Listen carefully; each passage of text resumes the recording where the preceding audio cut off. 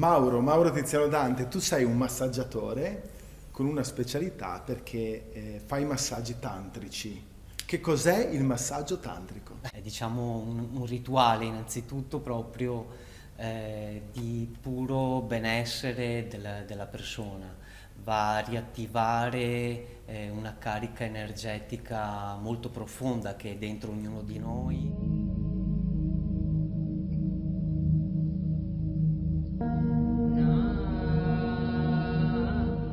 Mauro, nel massaggio tantrico la particolarità è proprio il risveglio dell'energia sessuale. L'energia sessuale è sesso. No, è energia sessuale anche il far sesso, però è molto limitato come uso se lo usiamo solo per quello. L'energia sessuale è la creatività che abbiamo dentro di noi, è quella forza che ci spinge a essere meravigliati del mondo, come quando, che ne so, si vede un'alba, un tramonto o un paesaggio che resti lì a bocca aperta senza Quella è dire energia nulla. sessuale, Quella è è la energia bellezza. sì.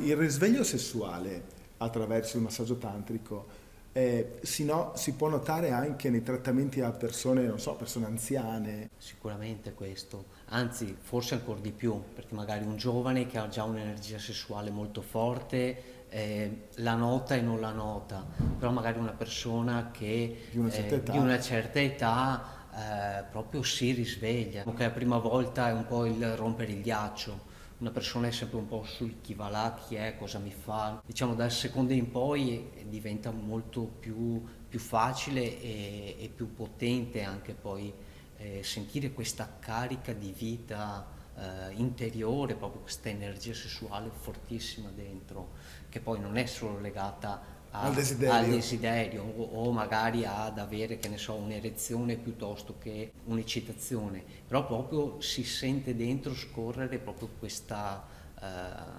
energia Nuova. nuova ritrovata nella Siamo loro trovati quotidianità. anche la fidanzata. Oddio, questo non lo so dopo.